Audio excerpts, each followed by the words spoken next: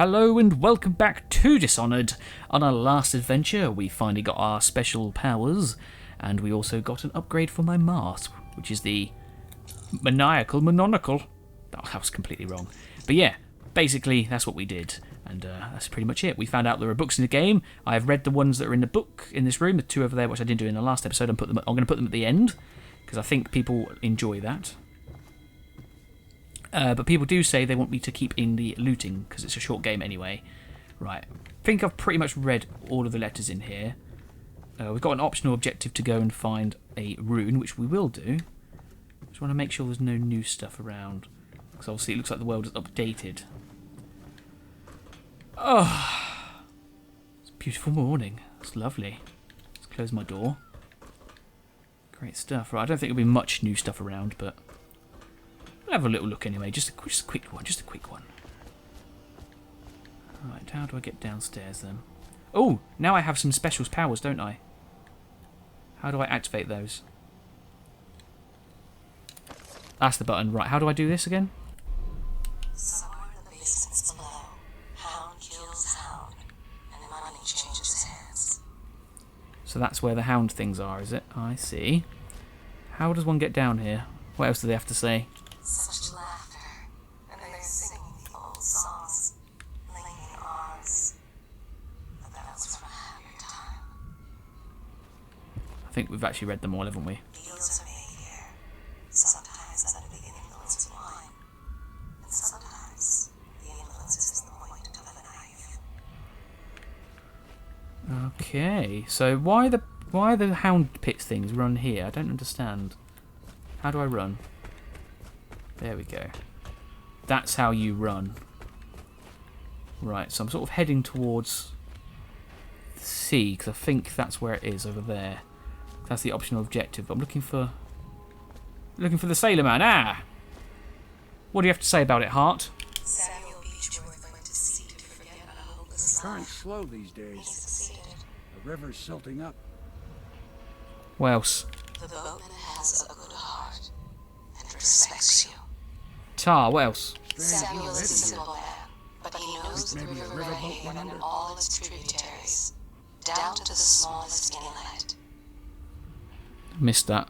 He has Yarrow many made a scars, sexton for me once. some from the phlegm of the river crusts, Truth is, I some was never from good the at nameless calculating. monsters of the deep ocean. Samuel was once eager to hear Havelock's stories of the sea, I wish I could attend but perhaps services. the Admiral is The not plague what he has everything expected. shut down, and the overseers might have lost their way a bit if you were to ask me. Care more about witchcraft and the like nowadays than keeping common folk happy. Cool. Can I do it from over here? Samuel Beechworth went to sea to forget a hopeless love. He succeeded. Ah, okay, that's cool. Right, I feel like we're going to be listening to a lot of those different bits. What can I say, mate? I hope you're well rested. The Admiral has some adventures in store for you, but only he knows the details. I'm forbidden from ferrying you anywhere unless the Admiral says to do so. He's up in the common room. You'd better speak to him. Admiral Havelock is asking to speak to you. I think he's in the common room. Although I'm thinking I see how this game works now. I'm ready any time, but you better ask Admiral Havelock exactly where you're going. Yeah, basically we'll get the missions, he'll take us to a little hub bit, and then obviously we'll do some stuff around there in like a sub-part I open hate world. that feeling. When you're bumping up against a body. Very morbid. Cool then, right, so a bit of a slow start so far. Let's go and do this objective. So over here, this is the room where it is. Can we jump in the water? Is it safe to do so? Oh, actually no, I haven't listened to those places about this place. Oh, it's Dragonfly. Yeah, I did that off camera. Ooh. Before the sun rises, they toss any casualties into the river.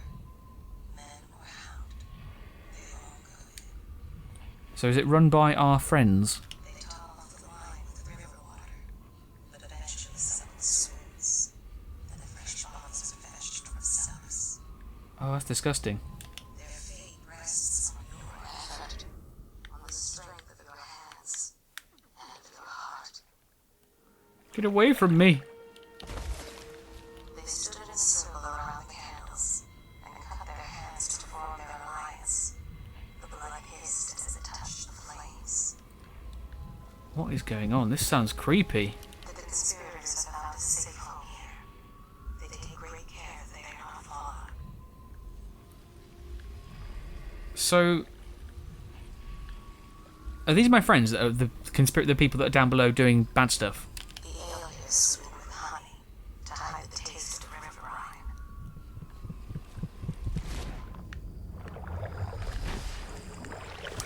brine. How can I get up there?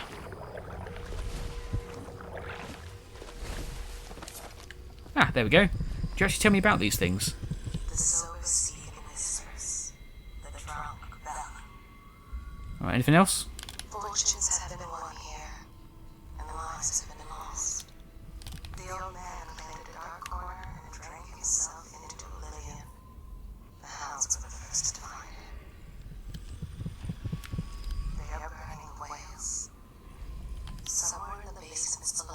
Ah, that's cool. I was going to say, I wonder what's going on. There's so much stuff to take in. Don't know what to do. Anyway, let's get this rune. Play your way. Powers. The powers you obtain from runes can be used creatively to defeat enemies or move through the environment. Blink from roof to roof, possess rats or fish, or slow time before rushing a group of enemies. Great, so if we have a look at that then. So powers, so I've got a rune, okay. So where does it tell me my runes again? I have one rune and this costs 2. So I've been told good ones to go for that I need to sort of get for my stealth playthrough is blink and bend time. So I'm going to get bend time as soon as I can. So I'm going to save that one because I guess the rest of them aren't that great so far. I've heard that's quite a good one as well, but I'm going to stick with these ones because I'm going stealthy. What's all this stuff? Shadow kill. Unaware enemies won't see you and turn to rush when they die. Jump height is increased and falling damage is reduced. Ooh. Build up adrenaline, then trigger brutal. Okay. Health is increased. Oh, that's good. Okay, yeah, but I'm going to save it and get the bend time because apparently that's a good one. Right, let's try and get back over here then. Oh, there's fishes in the water that bite. Bitey fishes. I think you can kill them, but I don't know. I don't know, so I'm not going to. When in doubt, go without. Now I'll tell you what I can do. I'm going to do that. I mean, I might as well. Great stuff. I was ducking, that's why. Great, so let's go. It appears that there's not much new in the way of stuff around. Is that new? We had that before? Does part of the soul live in the heart? If the heart keeps beating, does that mean that the spirit is never released into oblivion? I can keep a heart beating forever with electricity, but what does that mean for any essence trapped within? It'd be easier if I created these processes in waking hours. I am uneasy pursuing avenues that emanate from my dreaming mind. Not sure if we've already had that, but we played it again anyway. Right, let's get moving along a little bit. I think we are slagging up behind a little bit. That's not the right word. I think we've had that before. Hello, sir. Havelock stopped in earlier, but I forgot what he wanted. He's waiting to see you, I believe. What can I do for you?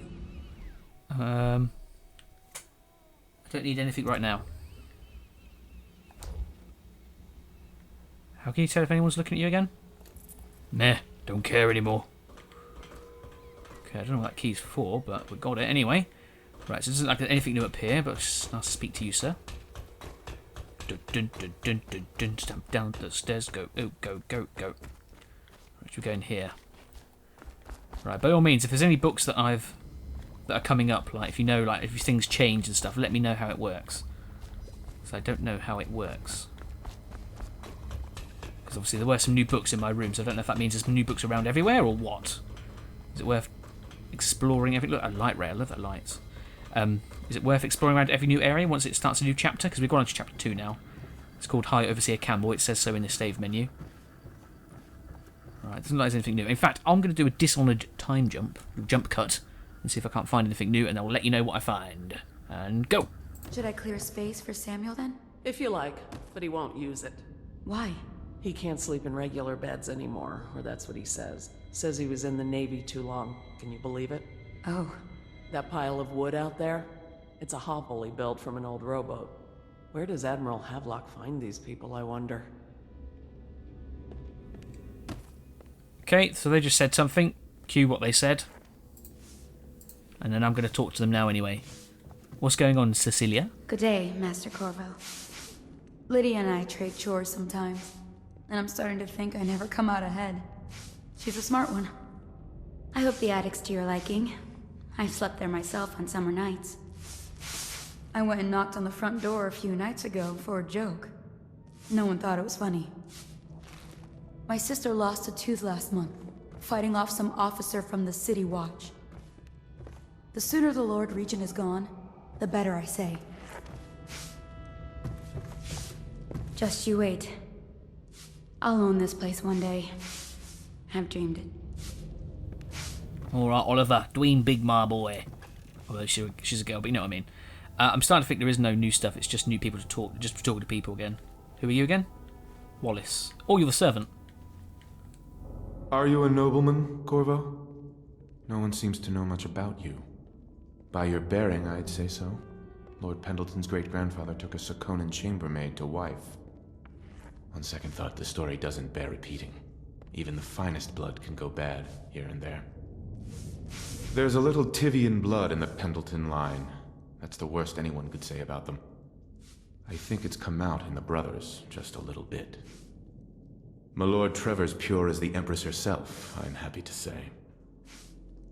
The Pendletons are quite wealthy, but they were noble long before that. You've heard rumors about the Pendleton mines being worked by slaves, I suppose.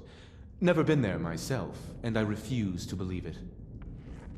They say Custis Pendleton made an improper remark to the Empress once, and you ejected him from a state dinner before asking who he was. Well done, I say. This plague has ruined the social season for all of us. I'm just getting out information from people. It's all important. Don't fret, I won't be long. They won't be upstairs, will they? No, that's my room. Right, so we're making our way downstairs. Making my way downstairs. Talking to people as I go. Aha. Well, this is the last people, so let's speak to this Lydia. Oh, sweet Lydia. I had a sailor for a boyfriend once. He thought he'd strike gold digging in the Pandician cliffs. They found his ship drifting empty. You know, I tried to attend services with the overseers for a while. They've just gotten more and more, I don't know, rabid about the seven strictures and witchcraft and all that nonsense. I think the Admiral's awfully distinguished, don't you? Everyone I know cried the day we heard the news about the Empress. Poor woman. And her little daughter lost. From what I understand, it just killed the Admiral to be cast out from the Navy. That was his life, before the Lord Regent came along. Someone came and banged on the door a few nights ago.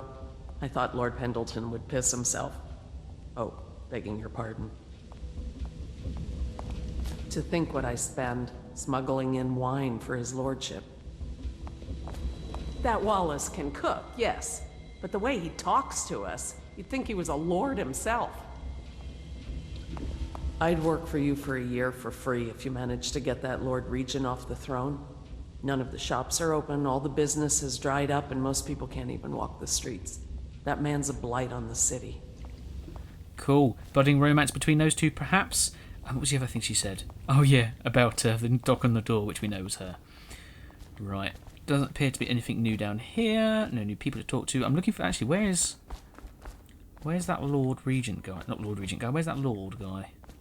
The nobleman. Maybe we should try and find him. Back in a tick. Can't find him anywhere unless he's buggered off. Maybe to, I don't know if he's trying. I don't know if he's still sort of staying within court and stuff. So I don't know if he's perhaps like undercover. I suppose you could say inside man. Anyway, let's talk to Havelock. Let's get down to it. First off, I know that assassination is dark business, but sometimes good men have to do bad things to make the world right. Our purpose is clear. We want to restore Her Majesty's line by finding and putting Emily Kaldwin on the throne. To those ends, we'll hide, act in shadow, take them apart, piece by piece. Tonight, High Overseer Campbell dies by your hand. It won't be easy. He's protected by his overseers, an army of religious zealots. But if anyone can do it, you can. Your exploits are legendary. Campbell carries a private journal. Once you've eliminated him, get the journal, because we think it contains Emily's location. Recovering her is obviously critical, assuming she's alive. That's the gist of it. Remember our cause and strike true. We're counting on you. Another thing. Campbell is holding a former overseer by the name of Martin. He's one of us, and if you manage to find him, give him whatever help you can. He's a master strategist, and he got caught working for our cause. It'd be good to have him back here at the Hound Pits. Thank you, Mr. Admiral. Anything else? Glad to see you got your rest, Corvo. You'll need it. Say, that's an interesting tattoo on your hand. Saw a lot of that in the Navy, but nothing quite like yours. Keep your eye out for Martin. I need him back here if we're going to pull this off. High Overseer Campbell tricked and bullied his way into power. The man is completely corrupt. The City Watch and the Overseers can't stand each other. The military doesn't mix well with a bunch of religious fanatics. You might be able to use that. Nervous? I would be. Tonight is the beginning of a new life for you. But you're killing for a just endeavor. Remember that. High Overseer Campbell is a bastard, and we've got to find Emily. The Overseers are a strange bunch, completely obsessed with the 7 strictures and hunting down heresy. I don't know if I believe in all that witchcraft bunk, but I saw some odd things at sea. Right, I've just made a decision. We were contemplating about the books put at the end of the episodes, and we also contemplated about doing a pointy episode, although I think I outright said no to that. Horia did mention I should probably do that. He's one of the commenters, one of the community. He mentioned I should do a pointing episode, which is basically where I'd keep all the pointless stuff, like reading and data stuff that you probably don't really care about, in a separate episode. So if you like to watch it, you can watch it. If not, you can skip it. I might have to do one, because I'm just thinking... Hold on. I can do this. Admiral Havelock has seen more corpses than all the rest put together. Precisely. Alright, so what I might do for today, in this episode here, I might keep them all in the end of this episode. So I'm now going to skip ahead to the end of this episode with this heart and listen to all these guys and stuff, find out a bit about them, and then obviously we'll continue on from there. Right, back in a second. I'll do a Dishonored jump cut. Corvo. Hello. I'm Callista. I work here for Admiral Havelock. I'm sorry to intrude on your business, but this is important. I suspect you're going to kill the High Overseer. That wretched man. There's really no reason for you to listen to me. But my uncle, Jeff Kernow, still serves as captain in the City Watch. But he's a good man, and my only family. The chatter in servant circles is that Campbell just took delivery of an exotic poison. And I think I know why. My uncle's not corruptible like the rest of them. Campbell is going to poison my uncle. Do you think you could protect him? You used to do that, right? Before you had your current profession. Before you became an assassin.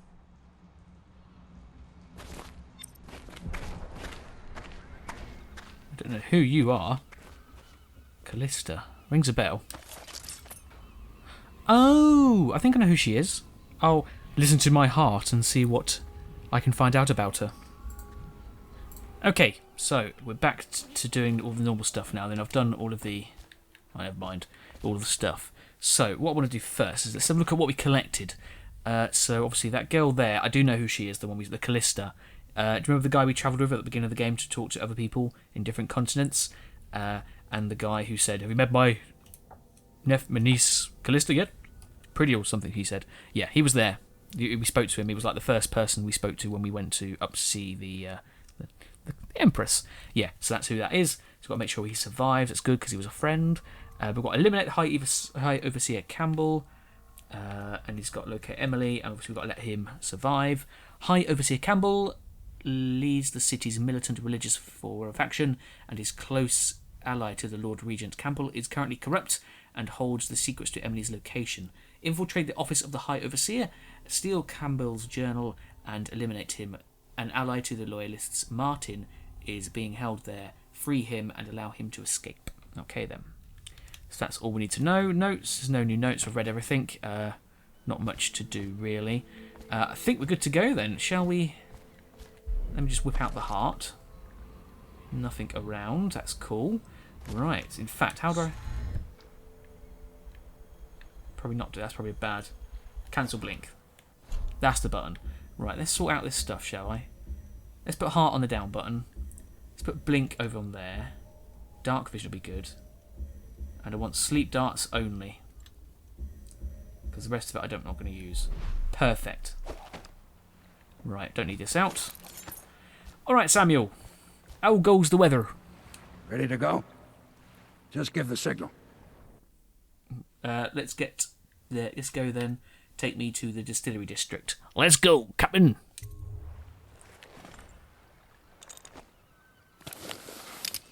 I thought the mask was on anyway. Distillery district. The blink power is useful for stealth, exploration, and combat. We'll probably only go to about half an hour today, this bit wise, because we've got 17 minutes of pointing so far. Oh, what's this? Equip the heart and use it to hear secrets about a location. We will do that. But yeah, I think pointing is definitely something we're going to have to do. When possessing a rat, you can fit into smaller spaces than normal. Okay, save your game often. High Overseer Campbell. High Overseer Campbell looks as he's militant. I've read that before already. Yeah, we've read that. Mission clues updated.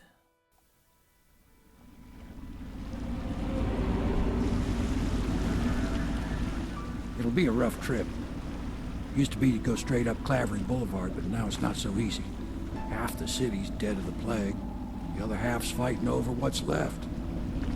City Watch still holds the bigger streets, and they've set up those wall of light checkpoints. A man walks through one of those, and he ends up burned to a crisp. Everything not controlled by the City Watch is gang territory. Then there are the real odd birds living on the fringes, like that Granny Rags. They say she's nuts. Don't know which is worse. Just take your pick. Right, cheers, Sam. What's this? Mission clue. I've seen Campbell is the city's minister. The City Watch holds Clovering Bivid. What's that mean? Beyond the first wall of light, the Bottle Street gang controls the side streets around Shivering. Clovering Bivid. Granny Rags lives in the apartment at the far end of Endownria Street. So that's obviously ways we can go. Right. Ooh! Rat skewer. Use the Bottle Street gang allies to get around the wall of light. Talk to Granny Rags in her apartment. Samuel Beechworth. What else, mate? If you decide to go up Clavering, don't let the guards spot you. Watch out for the Bottle Street thugs if you take to the alleys. Mean bastards. I'll be here when you come back. Good luck, Corvo. Cheers, man. Right. Don't have a map. Kind of wish we did. Ooh, we've got a bone charm up there. We've got a rune over there. Bone charm. Wall of light. Bone charm. Cool. Good, keep them coming. Right, I might just pause and listen to what we can talk about. Listen to this place that we're in right now. Let's gather some information. I'll see you at the end of pointing for this bit. Did do a jump cut there then. Okay, so stealth mode activated. So we go this way first. The city's dead. Won't make it 3 more months. Okay, dark vision. Let's do this. How does it work?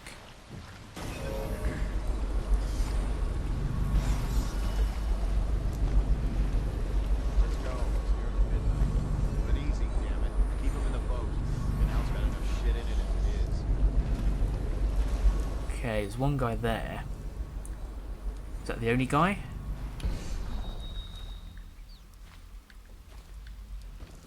I'm going up. Hey, what is it?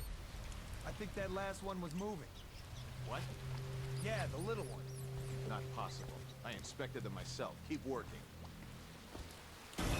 Something ain't moving no more.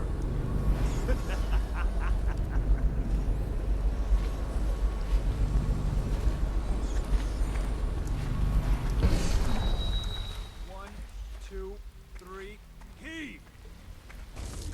Firm it. Good. Keep them coming. Cool.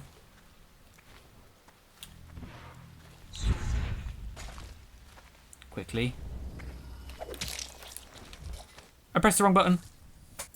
Right, this time I'll press the right button. Which one is it? That's R1? It's R1. Hey, what is it? I think that last one was moving. I thought he was looking at me then. Yeah, the little one. Not possible. I inspected them myself. Keep working. Right. Well, he ain't moving no more. Cool. Okay. I think the first thing point of call is to just get rid of the space at the top there. Space the people up there. Oh. 2, 3, heave! Do they count if they see me? Good. Keep them coming. Oh, hello. Attention, Dunwall citizens. John Clavering Boulevard has been designated a restricted Sorry, travel I can't area. help you. Any I don't know citizens this are area liable well. to search or imprisonment at the discretion of the city watch. Do I have to run? I didn't take your money. I'm only out because I was helping an older acquaintance get home. I think... Some strangers gave us directions and fed us earlier. People are good at their center. What will I do now? Yeah, I think it's fine if this lady sees me. Let me know if I'm wrong and I'll replay. So let's say, report any sickness. 2, 3. Right, my goal will be to get to that tower there before the end of this episode, but we've already got quite a long episode anyway. She was a wrench. Oh.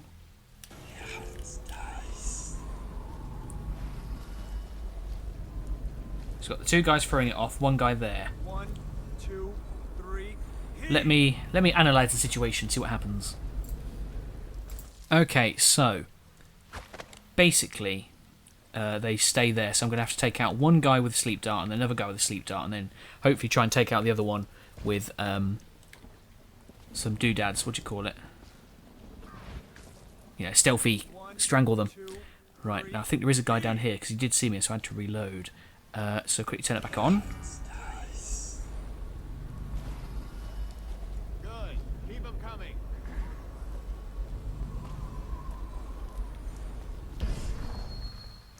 Yeah, and the sick ones go into cages and off to the flooded district.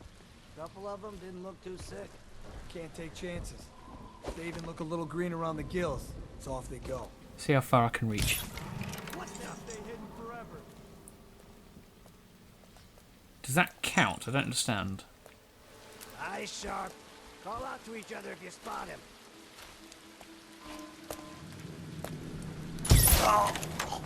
I'll find you. Great, so there's one more left up there.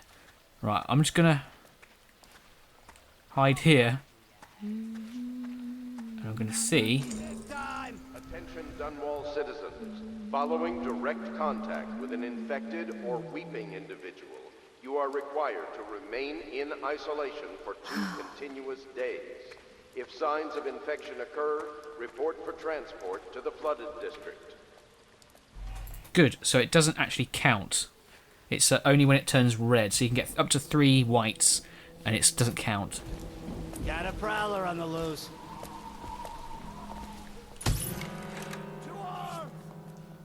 Yeah, so that counts. Okay, just because this video gets so long, I'm going to actually stop it for today and just go straight on to the pointing bit after this, because obviously it'll get too long, and obviously it's going to take me longer than I thought to do this stealthy type thing. So what I'll do is I'll leave it there. But on the next adventure, we'll start off this little mission. We'll try and do all these stealthy bits. I'll also have a little play, see if I can get used to it and things like that. But for now, that's it. So I'll leave you with the books that we read earlier, as well as the secrets that we got, like the Heartfelt secrets we got from the heart thingy. And like I said, from future episodes we'll do pointing where I will put it all into one video. I dropped my controller. Alright then, I'll see you in the next adventure then. Early Life and Criminal Record, Slackjaw. Excerpt from a series of letters sent by a member of the Bottle Street Gang. You want the chinwag of Slackjaw? Well, he was like when he was young before he got his name. Oh, he's got a cool head now, but it weren't always like that in the days before he was the boss of the Bottle Street Gang. Time was, young Slackjaw wasn't such a reasonable man. Like most of us, he grew up on the streets, running with a pack of ragamuffins and avoiding the low-pitched whatever he needed. Dark-haired and dark-eyed, smoking a pipe by the age of 10. For they're born into the brothels or coming from the orphanages, it was either the gangs or the working with the mud logs, and no one wants that. Some get pressed into the Navy or put down in the mines run by the Paddleton or Boyle families. As hard as it was on the streets, as hungry as we all got, at least we was free. By the time we weren't little uns any more, Slackjaw was one to watch, usually calling the shots when he took down a farmer's cart or sidewalk street vendor. He'd come up with the plan, give everyone some part to play, and decide on the split. Most of us just went along, cause we learned fast that we weren't made of better like that. More food, more coin, plus none of us wanted to deal with Slackjaw when he was in a rage. He worked as a couple of big jobs with Black Sally across town, and that was enough to get the attention of the other bosses. He wasn't just a street kid anymore. Now he was an up-and-comer, which meant trouble. Another guy who fancied himself as such was Mike the Fish, who was working his way up running the protection rocket among the factory women. One fine evening, we're all talking in a bawdy show in the theatre house. Mike the Fish and his lot are there in the cheap seats too, just down the aisle from us. Mike gets a wild idea, he wasn't big on planning, and throws a heavy ceramic spittoon at Slackjaw, hits him square in the face and breaks his jaw. We look to see if there's going to be a blood brawl, but Slackjaw just points at the door, and we all leave, with Mike laughing at our backs. Waking up the next day without telling us why, Slackjaw motions for us to follow. He sits, still can't say a word, so we just come along. We stop at the docks and Slackjaw buys, actually pays coin for it, a heavy chain covered in hooks. It's for fishing in the deep, something you would attach to a long line off the side of a ship. It's about 4 feet, made of thick links, and there are shark hooks coming off it at different angles. Slackjaw's got that thing wrapped around his left arm, dangling at his side. Not sure how he knew where Mike the Fish was staying, but when he reached his girl's house, Slackjaw throws a bottle through the window, just like that. It's almost noon. There's a bunch of screaming inside. Mike pokes his head out, looking wide-eyed and baffled. When he sees Slackjaw out in the streets, a look comes over his face that still gives me the willies. Pure murder. Mike comes out the side door, bellowing like a blood ox, holding a cleaver, heading straight for Slackjaw. When they come together in the street, Slackjaw spins and the shark hooks bite deep into Mike's arm and shoulder. He screams, but Slackjaw holds onto the chain. He's standing there with his jaw broken, clutched tight with the chain wrapped around his left arm, hooks sunk into Mike the Fish, just knifing him as fast as he can. Mike couldn't fight very well, hooked like that, and using his left hand, but he was a big guy and it took a lot of stabbing before he went to his knees. Everyone was cheering at first, but then we all went quiet. It was kept going, and finally it was just Mike the Fish blubbering, crying like a baby, and the sound of Slackjaw's knife. When it was over, and here's the brilliant part, Slackjaw took out a note and stuck it to Mike's face with a nail. It's just said, if you want a job, come to Bottle Street. Slackjaw didn't talk right for a couple of months, but word spread fast. By the end of the year, once we had a sizable gang going, he sent out letters to the other bosses telling them that he was running a brand new crew over on Bottle Street. Most of them laughed or beat up the guys who delivered the letters. Green-eyed Trish even came back missing a thumb. But apparently Slackjaw was expecting that kind of reaction and had a backup plan. A week later, 4 of the bosses were dead. Seemed like a series of unfortunate events. But everyone knew better. One shot dead by the watch while standing in the middle of a meat market. Another slipping and falling into the water, out cold. One of the older bosses found in bed with his belly opened, wide and a Tivian pear stuffed in his mouth. Still not sure what that meant, and Shelia Barnsworth was found blubbering in a cauldron of hot wax. Slackjaw sent out another set of letters, offers to the underbosses, telling them that they're treated fair as peers. He even sent Green-Eye Trish with one of the letters, all of the underbosses accepted. After spilling the guts off his main competition, Slackjaw went into for stabilising his businesses, real neat-like, calling in favours, smoothing things over, giving everyone a little bit of coin or drink as a boss bonus, showing what he could be like as boss. So everything got quiet, which always makes the boys of the City Watch nervous, of course. Word went out among the Royal Spymaster's snitches, the Responsible Citizens Group, they called themselves, telling everyone working in a shop or sweeping off the front steps that their homes to keep watchful eyes for Slackjaw and his men, trying to suss out what they were up to and what had just happened. But Slackjaw ain't stupid. He greased a few palms along the shopkeepers and the watch too, telling them that he was in town to stay and that things would be run properly from now on, without so much blood. He was finally a real boss, ready to settle into a business of moving whiskey, running the hound fights, and offering up the ladies and gentlemen of the night, if you take my meaning. Then the plague came. At first it seemed like a good thing, for few people got sick and everyone wanted to buy those potions from Soloklov or Piero, health elixirs, or spiritual remedy, they'd call them. Slackjaw told me he saw an opportunity. We already had an old whiskey factory with a still, where he could water the stuff down and sell it discounted. Doing the same with which Sokolov's elixir was a smart plan. Pretty soon everybody in the slums was sick and business was good. But after a while, there were so many people down with plague that everyone got scared. Everyone started acting real nasty and everything fell apart. When people can't work, they don't have the coin for elixir, watered down or pure. When the Empress died, it seemed like Dunwald would slide into the void. Spymaster Burroughs took over, and the watch sorted using all that new Sokolov technology. Watchmasters, toolboys, and them arc pylons, they put up a wall of light across Clovering Boulevard, and cracked down hard. But Slackjaw surprised us again. Instead of leaving town on a boat bound for Mali or one of the other isles, he stayed and kept it all together.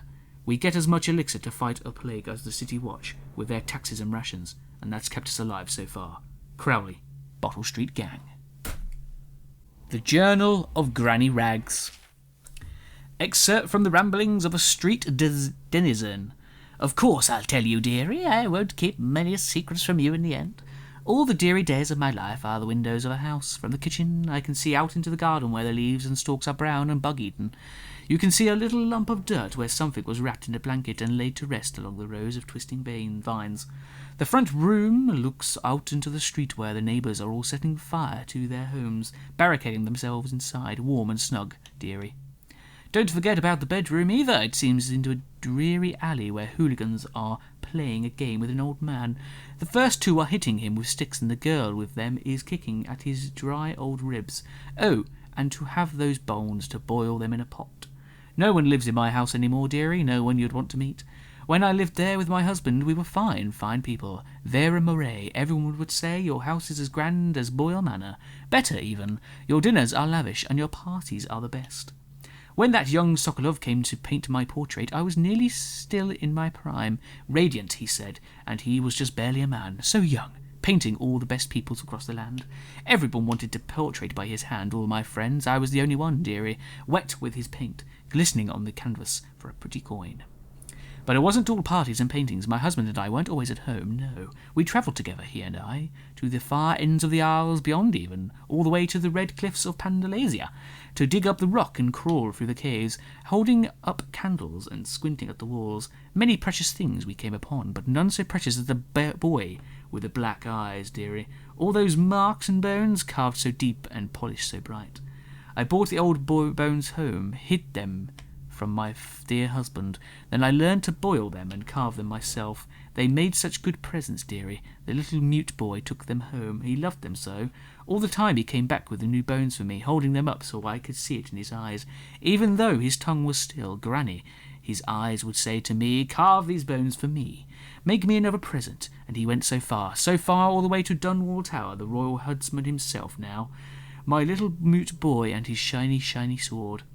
Better bones were what I needed, you see. Better bones to carve and polish, scrape and gleam.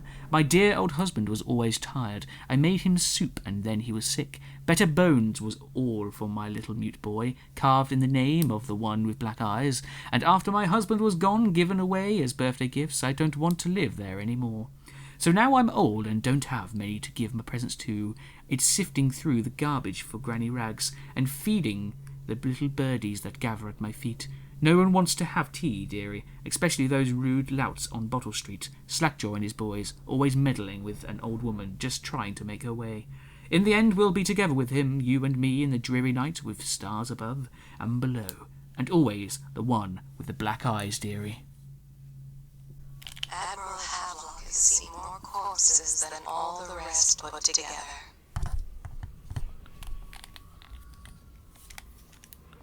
He has killed whales and men for profit and pleasure. He has the bloodlust.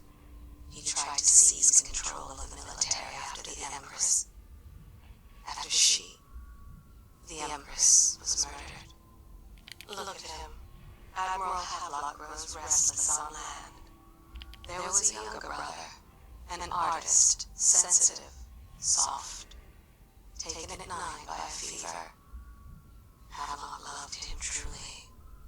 Admiral Havelock has seen more corpses than all the rest put together.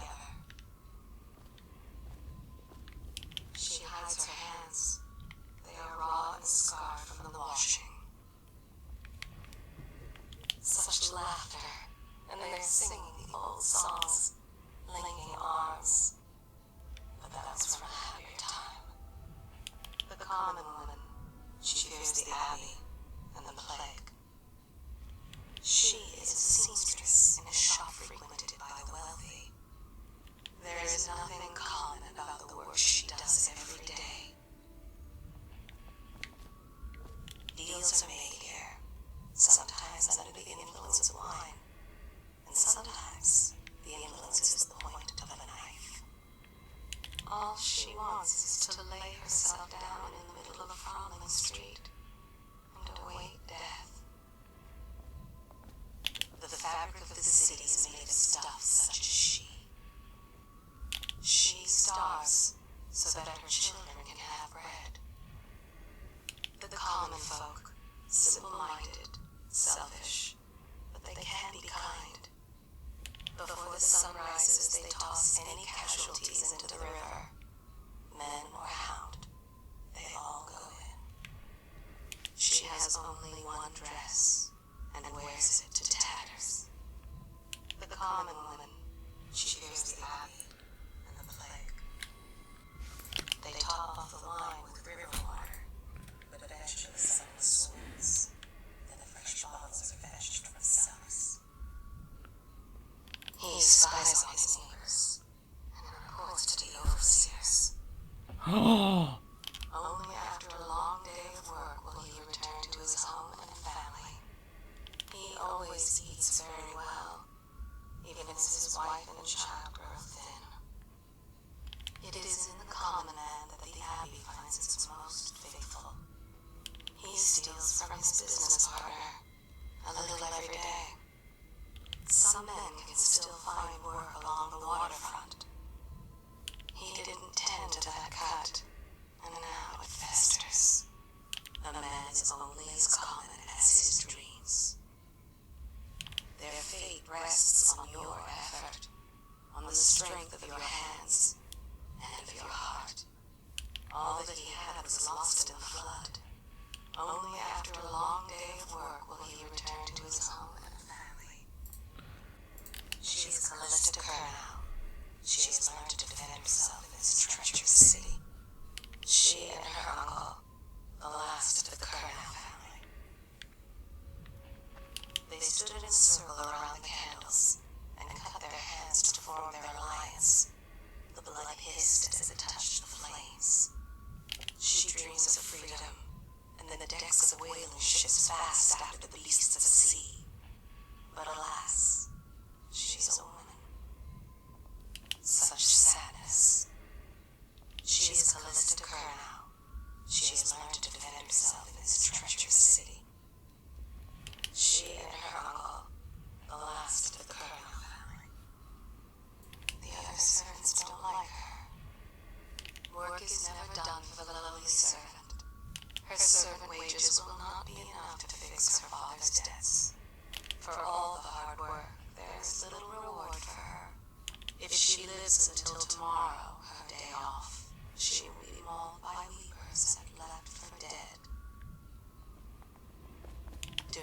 pity the servant.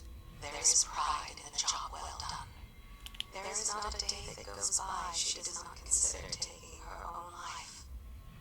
The house help is treated poorly, but there are worse ways to earn a coin.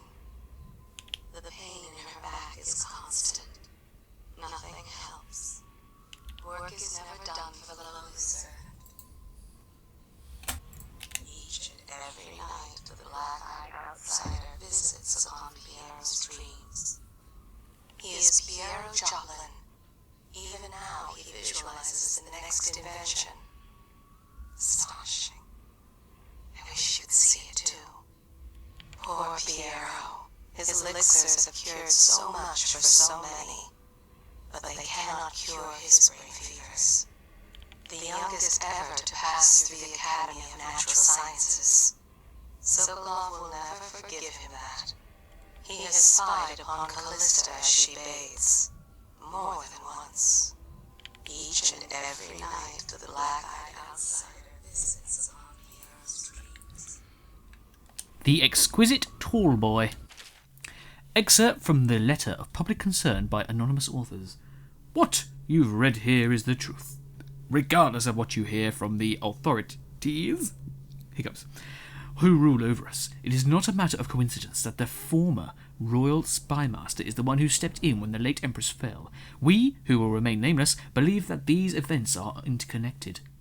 The signs of oppression are all around us. The Sokolov designs, originally intended to provide light and warmth in our homes, have been turned against us as a means of inspiring fear and controlling our movements through the city. And where did this plague originate? Some said it was imported. A wild theory. Perhaps. One of our members risked her life to obtain a internal report from the government, which we will be printing or sharing soon, called The Exquisite Tall Boy, extailing all virtues of this newest member of the City Watch. To those in the streets below, those virtues are horrors, spread by stilted thugs who rain down fire on the sick and the poor. To these eyes, the tall boy is another government bully, named with incendiary devices, thickly armoured and standing high overhead, looking down at the common people of the city. We now know that the tall boys are heavily drugged, imbibing a substance that renders them resistant to pain, but also dulls whatever empathy they might normally possess. Exquisite? We think not. Copy these words and share them with your neighbours, and remember, what the tides are lowest, the truth will be revealed. Sea has come to the city. The river rushed in when the barrier broke. The whole district went dark. I will be glad to rest. At the Academy, they cut the flesh of the dead and trap the lightning from the sky. Why am I so cold? The great ships have stopped bringing their hulls. What have they done to me? My father had golden hair. My mother, hair like ash. This city is built on the bones of the great ones. When the last Leviathan is gone, darkness will fall. The Abbey is dark, its doors are locked, and no more the great sermons. The overseers have taken to the streets. Can you hear them too? Crying out in the dark. The thinkers of the city. They devise new ways to tame the elements. Not so long ago, Dunwall was a proud city. Is it the month of harvest? Time has lost all meaning. How can it be that